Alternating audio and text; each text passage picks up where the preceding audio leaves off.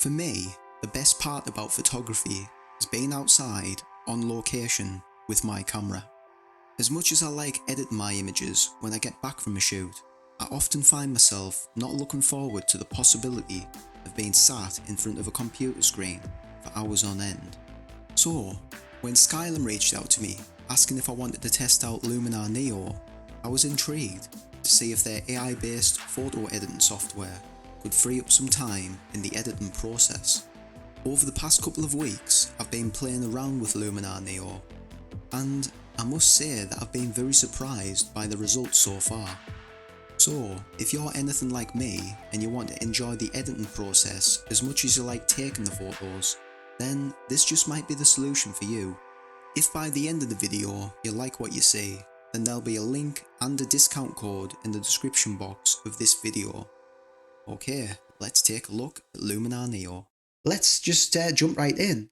So what I'll show you now is this is the main interface of Luminar Neo. We've got the catalog over here where all the photos are, folders and albums.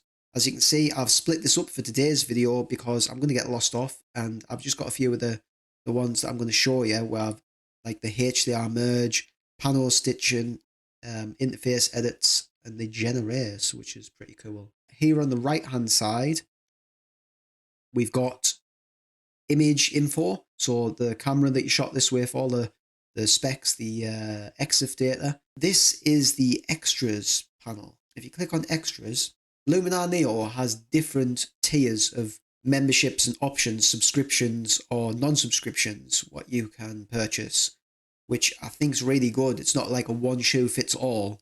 So as you can see here, I've installed all of these extensions because I'm part of an X membership, and you've got the marketplace where you can go on there to buy these extensions if you just want a yearly sort of, if you pay for the program on a once off, you can purchase all of these separately, which again, I think it's a good option to have because not everyone wants to have like a long-term membership to a program, and some people do want to have a long-term membership, so it's going to have something for everyone there. We'll jump right over here to the presets.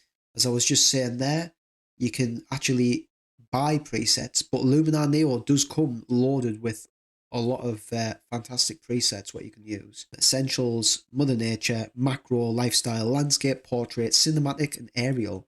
So it does come jam-packed with presets. But if you need more, you can obviously create your own, or you can buy other presets, what other people have made, other users of the program. The edit section, this is where you can come and do everything that you want to your image. Now, you can have a quick fix in the presets, or you can come over here and really like fine tune what you want to do to the image. So I think that will lead us straight on to a bit of editing. We'll jump back into the catalog and we'll pick a file to edit. We'll go with a motocross image because I like shooting motocross. We'll jump into the presets first. So we've come into the scenery collection. If you hover over top of them, you can see the effect that these presets will have on the image. More volume. It's a bit over the top. You can see there it's putting a fake sky in. I'm not a fan of that myself, but it can come in useful. And I'm sure there's plenty of people who'll be able to make use of that. Long exposure. You know, that doesn't look too bad actually on this image. Just by hovering over these presets, you might not have thought of taking your image in that direction because you might have a certain editing style you use, a post-processing style, where this can actually, it doesn't have to be a be-all and end-all because you can actually further edit the presets. But I think what we'll do is we'll just go straight into the edit panel. We'll have a go at doing this ourselves. So over here, what you've got your layer properties. You can actually have multiple layers, very similar to like Photoshop type of thing, where you can stack layers on layers and edit that way. You've got a feature called Crop AI. You know, there's no second guess as to what that does. The AI will crop your image. You've got your favorites panel. I love this, Enhance AI. Just watch this. If you didn't see that, there's before and after. I think that's pretty crazy. I'm not sure exactly. I think it does multiple things at once, basically. And sit the sky enhancer. So, you know, for a lot of people, that could be done extensions, you've got Noiseless AI, Supersharp AI, and Magic Light essentials. Now, like this is if you want the traditional style of editing, which you might be used to in Photoshop or Lightroom. You've got a develop panel where you've got all of the features that you will know and love, and you can use them until your heart is content. Erase, this is crazy. I've used this before. The power lines removal tool, just watch this. Remove power lines. That is just crazy. Before and after. Power lines, no power lines. Power lines, no power lines. If that's not a time saver, I don't know what is. Structure AI, basically soften the image or add like clarity, a bit of crunch to it. Landscape, a little bit of gold now because it was a warm day in the summer when I shot this image. You have to know when to stop in this program because you can just keep on going because there's so many tools, as you can see here in the creative part. Relight AI. This is pretty cool. As you can see, it's split into two categories here. Brightness near and brightness far. Brightness near, we're going to dim it down, and it's creating like a vignette sort of effect. And because it was a cloudy day, you can imagine that that was like a cloud over here, and it's bringing the focus onto the subject. It really works there, and you can play around with the depth of that. Portrait, obviously we're not going to name that because this is not a portrait, but portrait photographers are also going to love this program. Professional, you've got super contrast, color harmony, dodge and burn, and clone stamp. I'll call that done. Before and after. Before and after. Just to show you guys how quick and easy it is to use this. It's mind-blowing. So we'll come back into the catalogue now. As you can see here, that image has been edited. What shall we do next? We'll go on the HDR Merge. This is the HDR Merge panel. You can drag from 1 to 10 photos here and merge them into a HDR image. As you can see, as I said it before, these are all single images. So what we'll do is we'll select an image, purposely underexposed because this was a bright day and I wanted to save as much highlights as possible. You can see there it was 0.7 of a stop underexposed, and the rider is obviously dark, but we've saved a lot of detail there. Drag this over here into the HDR, open those options up again. I'll click on the chromatic aberration reduction, merge it, and we'll see what happens to this. HDR images in the past have always been a little bit hit and miss, untasteful sometimes. We'll see what this program does. We'll see what Luminar does. That is pretty good going, that. And obviously you can then further edit this, like what I showed you before. You can use the Enhance AI again. Enhance the image. Bring a bit of depth to the sky. As I say, guys, you can really go over top with this. But I'll just bring this image into the HDR Merge folder, just so we can have a little comparison. That is, you know, you saw how much effort I put into doing that. It's fantastic. I know that that wasn't merging multiple images together, but it just shows you can actually merge one. You can use HDR on a single image as well as multiple images. We'll try the Panorama Stitching. Do I really want to do this sky? Why not?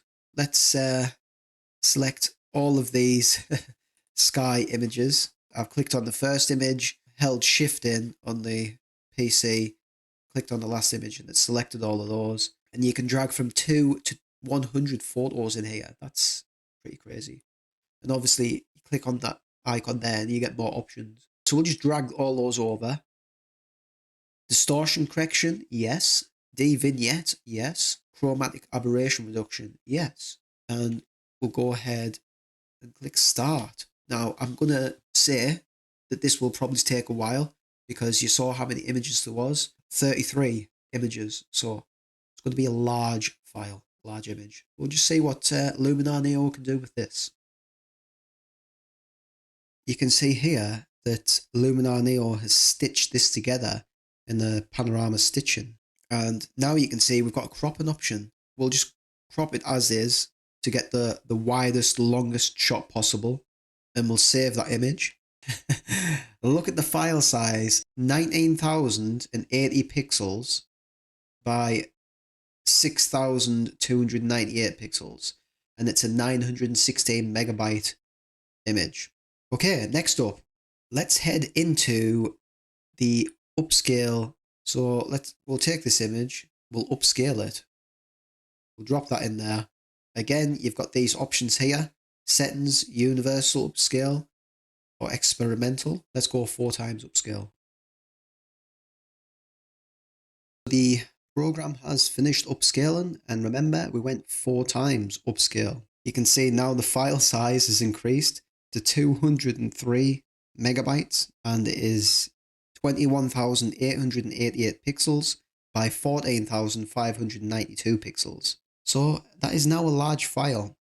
Now what I'm going to do next is I'm going to sharpen an image up. I think what we'll do is we'll crop it first, really get in tight, like super tight on this. This image was taken, I believe it was the Canon 7D Mark II. Okay, let's try the Supersharp AI. This is on the universal setting, so we'll just see what the program does here. So that's before, that's after. See all around the edges and stuff, it has really sharpened that up. Go back into the catalogue and GenErase. Let's do the GenErase tool. How this works, I'm assuming, I've not actually used this tool yet, but I thought that these images might be good for this. Obviously, you can see I'm going to want to get rid of this digger here. So first off, I'm just going to quickly go back into the favorites, enhance AI. Let's see what that does. Boost that up. Sky enhancer. That's a bit much, isn't it? Just a little tad of that. Essentials. Let's lift the mid-tones up again. Here. Okay, so what we're going to do is drop this file into GenErase. So here we can select or deselect. We've got a zoom option, information. That's another thing that I've failed to actually mention so far, is that there's an information icon on most of the tools. So you can literally like read up exactly what they all do. It's probably the best way of learning this program, to be honest. So we'll select the digger arm, I should say. And we'll see what this does. Will it just erase it? Will it put something else in its place? And the reason I say that is because this is GenErase. I'm just going off what Lightroom and Photoshop do, generative fill. Let's see what this does. As you can see here, this is the cool little AI screen that we've got going on in Luminar. It's like a sort of, as you wait, you know, the options are endless. Look at that. We've now got a balloon in the sky, which is pretty crazy. I can also see slightly, you know, where that was. So if I reset selection, so I don't really want the balloon there. I mean, it looks as if it should be there, but I don't want it. So let's just give it another go and just see what it does. But that's quite funny how it, so it is the same, or the same sort of function as generative fill, which is pretty interesting. Oh, there we go. The balloon's gone. But the end result is not, I can still see where that was. Let's go over this again. Actually, do you know what? I think what I'll do is I'll make a square. Luminar Neo have kindly sent me over a 10% discount code for anyone who wants to use or try this program, buy any of the extensions, all that type of stuff. And I believe the code LEE10 in capitals, LEE10, should work on their website for the extensions or the membership or whatever, you know. So if you want to have a go at this yourself, you know, sign up for the trial version first and then use that code and you're going to get 10% off. Oh, that's worked loads better. That's miles better. Yeah, so let's have a look. Can we do the before and after? Before and after. And yeah, that's good going. So yes, as you can see there, we've done the HDR merge on a single image, may I add. That's pretty crazy. The pano on that huge image that we did, it's even taken a bit of time loading up, which was the 916 megabyte file. That was 33 images. Upscale AI. and we did it by 4 times upscale. So the image ended up as a 203 megabyte file. And again, you can go in and edit all of these, guys, but you can tell my computer is running a little bit slow. I think it might need updating. And we've done the GenErase. Oh yes, we did the Supersharp on that image there where we did a heavy crop. There's probably going to be some more images and more edits coming further down the line. When I get more acquainted with this program, you can tell that I'm fresh on this, guys. I've not spent a lot of time on it, but the time that I have spent, I've been amazed. So there you have it, Luminar Neo.